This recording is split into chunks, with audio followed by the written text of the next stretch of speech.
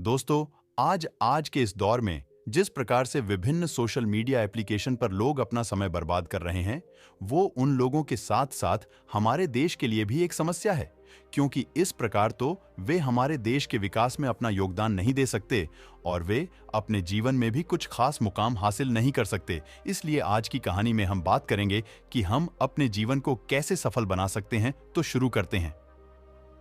गांव में एक आदर्श लड़का रहता था जिसका नाम अर्जुन था। अर्जुन का सपना था कि वह बड़ा होकर गांव की स्थिति को सुधारेगा और लोगों की मदद करेगा। वह बुद्ध के उपदेशों के प्रति प्रवृत्ति रखता था और मेहनत में बहुत लगा रहता था। एक दिन बुद्ध गांव का दौरा कर रहे थे और वहां अर्जुन से मिले। बुद्ध ने उससे पूछा, तुम अपने गांव की समस्याओं का समाधान कैसे करना चाहते हो? अर्जुन ने उत्साहपूर्वक कहा, मैं चाहता हूं कि हमारा गांव समृद्धि की ऊंचाइयों को छूता रहे और लोग खुशहाल रहें। बुद्ध ने उसे बताया कि समृद्धि और सफलता प्राप्त करने के लिए समय को कैसे सही रूप से प्रबंधित करना होता है। वह भी अर्जुन को एक कहानी सुनाई। एक गांव में एक युवक था जो काम को कल पर छोड़ देता था और समय को बर्बाद करता था। एक दिन वह गुरु बुद्ध से मिला और उसने उसे समय का महत्व बताया। गुरु ने कहा, समय एक अनमूल्य धन है, इसे बर्बाद न करो। युवक ने गुरु की बातों को सुनकर अपने आदतें बदलीं और उसने मेहनत, लगन और समय को सही तरीके से प्रयोग करके अपने लक्ष्यों को हासिल किया। अर्जुन की मेहनत और उसकी सफलता की कहानी ने गांव में एक नया साहस और उत्साह पैदा किया। इस कहानी के आगे की भविष्यवाणी के लिए हम अब एक और चरित्र, एक गांव वाले लड़के राजत की दिशा में देख सकते हैं। राजत एक सामान्य गांव वाला लड़का भी अपने सपनों की पुरवाह करता था। उसका सपना था कि वह अपने गांव को विकसित करेगा और लोगों को नई राह दिखाएगा।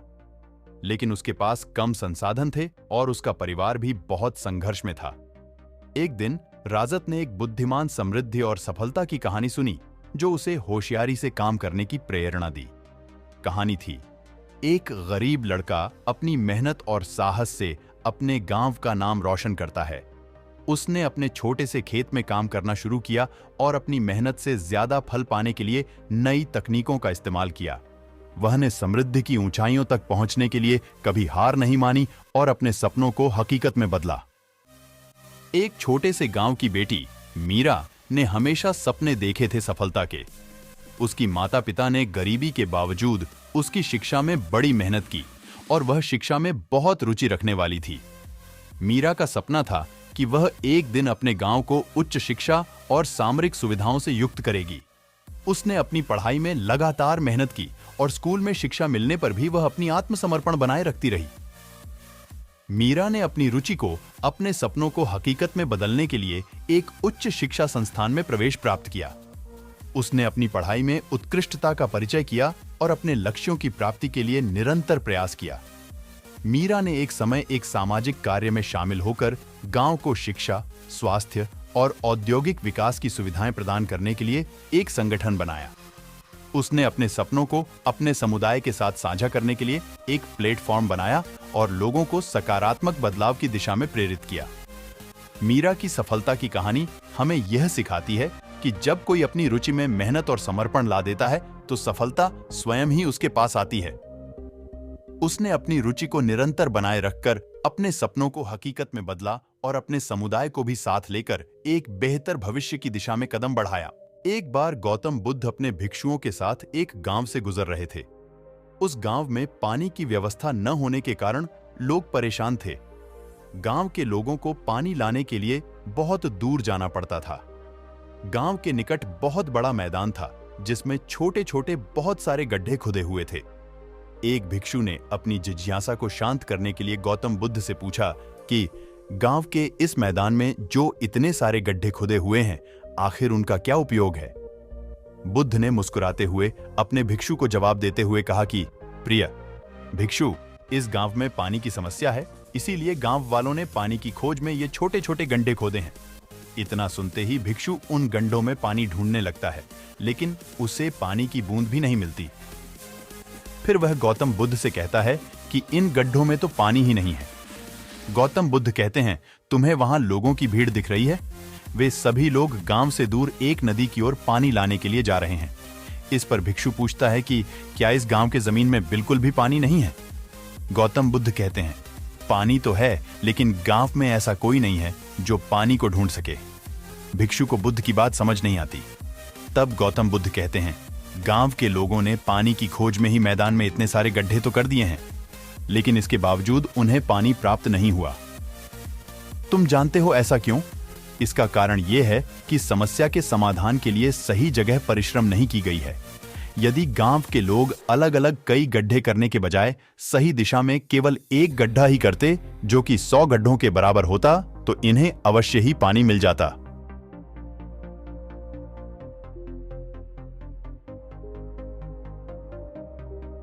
मनुष्य का मन भी ठीक इसी तरह से 100 दिशाओं में भागता है, लेकिन यदि मन को एक दिशा में केंद्रित कर काम किया जाए तो लक्ष्य तक अवश्य ही पहुंचा जा सकता है और सफलता भी प्राप्त की जा सकती है। असफलता का कारण मन का चारों ओर भटकना ही है। भगवान बुद्ध को जब ज्ञान की प्राप्ति हो गई तो फिर वे संसार को उस ज्ञान से आलोकित करने निकल पड़े। भगवान बुद्ध किसी गांव में जीवन के विभिन्न आयामों पर प्रतिदिन व्याख्यान देते। उनके प्रवचनों में जीवन का सार छिपा रहता। उनकी बातों को लोग बहुत ही गौर से सुनते थे। एक व्यक्ति बिना नागा किए उनके व्याख्यान सुनता। काफी समय बीत जाने के बाद भी उसने अपने अंदर कोई विशेष बदलाव नहीं पाया है। इससे परेशान होकर वह एक दिन बुद्ध के पास गया और बोला कि वह लंबे समय से एक अच्छा इंसान बनने के लिए उनके प्रवचनों को सुनता रहा है, लेकिन इससे उसे कोई विशेष लाभ नहीं हुआ। वह एक अच्छा इंसान नहीं बन पाया, उसमें कोई बदलाव नहीं आया है। उसकी बातों को सुनकर बुद्ध मुस्कुराए। उन्होंने उसके सामने उसके गांव का नाम, वहां तक की दूरी, वह वहां कैसे जाता है आदि जैसे प्रश्नों की झड़ी लगा दी। जब बुद्ध ने उससे कहा कि क्या वह यहां से बैठे बैठे अपने गांव पहुंच जाएगा, तो वह झुंझला गया। उसने कहा कि ऐसा तो बिल्कुल भी संभव नहीं, उसे वहां तक पहुंचने के लिए पैदल चलकर जाना ही होगा। इस पर भगवान बुद्ध ने कहा कि अब आपको अपने प्रश्न का उत्तर मिल गया होगा। यदि आपको अपने गांव का रास्ता पता है, लेकिन इस जानकारी को व्यवहार में लाए बिना वहां नहीं पहुंचा जा सकता है, उसी प्रकार यदि आपके पास ज्ञान है और आप इसको अपने जीवन में अमल में लाए बिना एक बढ़िया इंसान नहीं बन सकते। ज्ञान को अपने व्यवहार में लाना आवश्यक है। इसके लिए आपको दृढ़ निश्चय के साथ निरंतर प्रयास करना होगा।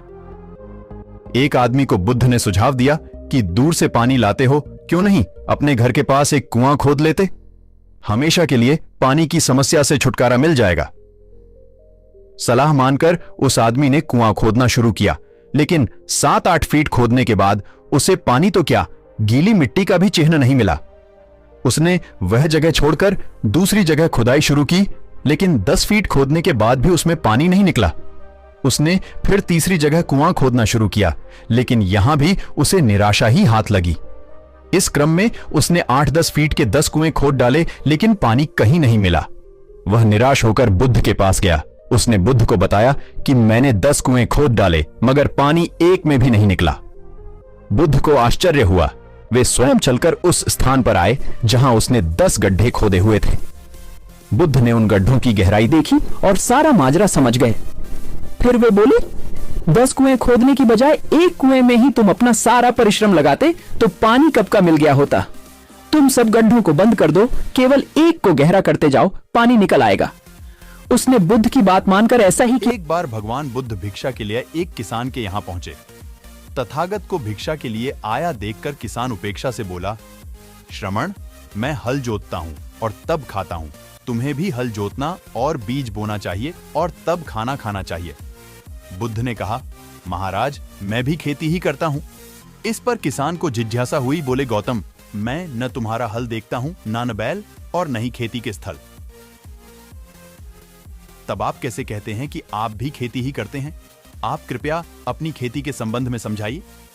बुद्ध ने कहा, महाराज, मेरे पास श्रद्धा का बीज, तपस्या रूपी वर्षा, प्रजा रूपी जोत और हल है, पाप भीरुता का दंड है, विचार रूपी रस्सी है, स्मृति और जागरूकता रूपी हल की फाल और पैनी है। मैं वचन और कर्म में संयत रहता हूं। मैं अपनी इस खेती को बेकार घास से मुक्त रखता हूं और आनंद की फसल काट लेने तक प्रयत्नशील रहने वाला हूं। अप्रमाद मेरा बैल है जो बाधाएं देखकर भी पीछे मुंह नहीं मोड़ता है। वह मुझे सीधा शांति धाम तक ले जाता है। इस प्रकार मैं अमृत की खेती करता हूं। बुद्ध भगवान एक गांव में उपदेश दे रहे थे। उन्होंने कहा कि हर किसी को धरती माता की तरह सहनशील तथा क्षमाशील होना चाहिए। क्रोध ऐसी आग है जिसमें क्रोध करने वाला दूसरों को जलाएगा तथा खुद भी जल जाएगा। सभा में सभी शांति से बुद्ध की वाणी सुन रहे थे, लेकिन वहां स्वभाव से ही अतिक्रोधी एक ऐसा व्यक्ति भी बैठा हुआ था जिसे ये सारी बातें बेतुकी लग रही थी। वह कुछ देर ये सब सुनता रहा, फिर अचानक ही आग बबूला होकर बोलने लगा, तुम पाखंडी हो, बड़ी बड़ी बातें करना यही तुम्हारा काम है। तुम लोगों को भ्रमित कर रहे हो। तुम्हारी ये बातें आज के समय में कोई मायने नहीं रखती।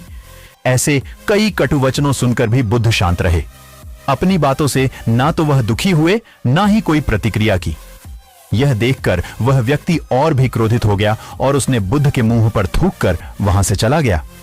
अगले दिन जब उस व्यक्ति का क्रोध शांत हुआ तो उसे अपने बुरे व्यवहार के कारण पछतावे की आग में जलने लगा और वह उन्हें ढूंढते हुए उसी स्थान पर पहुंचा। पर बुद्ध कहां मिलते, वह तो अपने शिष्यों के साथ पास वाले एक अन्य गांव निकल चुके थे। व्यक्ति ने बुद्ध के बारे में लोगों से पूछा और ढूंढते ढूंढते जहां बुद्ध प्रवचन दे रहे थे वहां पहुंच गया। उन्हें देखते ही वह उनके चरणों में गिर पड़ा और बोला, मुझे क्षमा कीजिए प्रभु। बुद्ध ने पूछा, कौन हो भाई, तुम्हें क्या हुआ है, क्यों क्षमा मांग रहे हो? उसने कहा, क्या आप भूल गए, मैं वही हूं जिसने कल आपके साथ बहुत बुरा व्यवहार किया था। मैं शर्मिंदा हूं, मैं मेरे दुष्ट आचरण की क्षमा याचना करने आया हूं। भगवान बुद्ध ने प्रेम पूर्वक कहा, बीता हुआ कल तो मैं वहीं छोड़कर आया गया और तुम अभी भी वहीं अटके हुए हो। तुम्हें अपनी गलती का आभास हो गया, तुमने पश्चाताप कर लिया, तुम निर्मल हो चुके हो। अब तुम आज में प्रवेश करो। ते वर्तमान और भविष्य दोनों बिगड़ते जाते हैं। बीते हुए कल के कारण आज को मत बिगाड़ो। उस व्यक्ति का सारा बोझ उतर गया। उसने भगवान बुद्ध के चरणों में पड़कर क्रोध त्याग का तथा क्षमाशीलता का संकल्प लिया। बुद्ध ने उसके मस्तिष्क पर आशीष का हाथ रखा। उस दिन से उसमें परिवर्तन आ गया और उसके जीवन में सत्य, प्रेम व करुणा की धारा बहने लगी। मित्रों, बहुत बार हम भूत में की गई किसी गलती के बारे में सोचकर बार बार दुखी होते और खुद को कोसते हैं। हमें ऐसा कभी नहीं करना चाहिए। गलती का बोध हो जाने पर हमें उसे कभी न दोहराने का संकल्प लेना चाहिए और एक नई ऊर्जा के साथ वर्तमान को सुदृढ़ बनाना चाहिए। धन्ना सेठ के पास 7 पुश्तों के पालन पोषण जितना धन था। उसका व्यापार चारों तरफ फैला हुआ था, किंतु फिर भी उसका मन अशांत रहता था। कभी धन की सुरक्षा की चिंता, तो कभी व्यापारिक प्रतिस्पर्धा में आगे निकलने का तनाव। चिंता और तनाव के कारण वह अस्वस्थ रहने लगा। उसके मित्र ने उसकी गिरती दशा देखी तो उसे बुद्ध के पास जाने की सलाह दी। सेठ बुद्ध के पास पहुंचा और अपनी समस्या बताई। बुद्ध ने उसे सांत्वना देते हुए कहा, तुम घबराओ मत, तुम्हारा कष्ट अवश्य दूर होगा। बस तुम यहां कुछ दिन रहकर ध्यान किया करो। बुद्ध के कहे अनुसार सेठ ने रोज ध्यान करना शुरू कर दिया, किंतु सेठ का मन ध्यान में नहीं लगा। वह जैसे ही ध्यान करने बैठता, उसका मन फिर अपनी दुनिया में चला जाता। उसने बुद्ध को यह बात बताई, किंतु बुद्ध ने कोई उपाय नहीं बताया। थोड़ी देर बाद जब सेठ बुद्ध के साथ वन में सायंकालीन भ्रमण कर रहा था तो उसके पैर में एक कांटा चुभ गया। वह दर्द के मारे कराहने लगा। बुद्ध ने कहा, बेहतर होगा कि तुम जी खड़ाकर कांटे को निकाल दो, तब इस दर्द से मुक्ति मिल जाएगी। सेठ ने मन कड़ाकर कांटा निकाल दिया। उसे चैन मिल गया। तब बुद्ध ने उसे समझाया, ऐसे ही लोभ, मोह, क्रोध, घमंड व द्वेष के कांटे तुम्हारे मन में गड़े हैं। जब तक अपने मन की संकल्प शक्ति से उन्हें नहीं निकालोगे, अशांत ही रहोगे। सेठ का अज्ञान बुद्ध के इन शब्दों से दूर हो गया और उसने निर्मल हृदय की राह पकड़ ली। अपनी कुप्रवृत्तियों से मुक्ति के लिए संकल्पबद्धता अनिवार्य है। जब तक व्यक्ति दृढ़ निश्चय न कर ले, वह अपनी गलत आदतों से मुक्त नहीं हो सकता। एक युवक ने बुद्ध से आकर कहा, मेरा गांव अशिक्षित है, मैं अपने परिवार से झगड़कर थोड़ा बहुत पढ़ पाया हूं, आगे और पढ़ना चाहता हूं, किंतु सभी रोक रहे हैं। घर के लोग सोचते हैं कि खेती में खूब पैसा है और उसके लिए किसी शिक्षा की आवश्यकता नहीं है। यही सोच गांव वालों की भी है। कृपया आप मेरे गांव चलकर वहां शिक्षा का प्रसार करवाइए। बुद्ध युवक की बात मानकर गांव आ गए। धर्म भीरू ग्रामीणों ने बुद्ध का सत्कार किया और रोज उनके प्रवचन सुनने आने लगे। बुद्ध जब भी शिक्षा का महत्व बताते, ग्रामीण विरोधी मत रखते। एक दिन एक महिला अपने 5 साल के बच्चे के लिए पूछने लगी कि उसे किस उम्र से शिक्षा दिलवाए। तब बुद्ध ने समझाया कि तुम्हें तो 5 वर्ष पूर्व उसकी शिक्षा शुरू कर देनी थी। उसे क्या खाना है, क्या नहीं, कैसे वह क्या बोलना है आदि बातें शुरू से सिखाओगी, तभी तो वह अपना उचित ख्याल रख सकेगा। बुद्ध की यह बात महिला सहित सभी ग्रामीणों को समझ में आ गई। उन्होंने अपने बच्चों को विद्यालय भेजना शुरू किया। यह समय वर्षा का था। युवक ने लोगों को जल संग्रहण की तकनीक बताई। अधिकांश ने उपहास किया, किंतु युवक अपना काम करता रहा।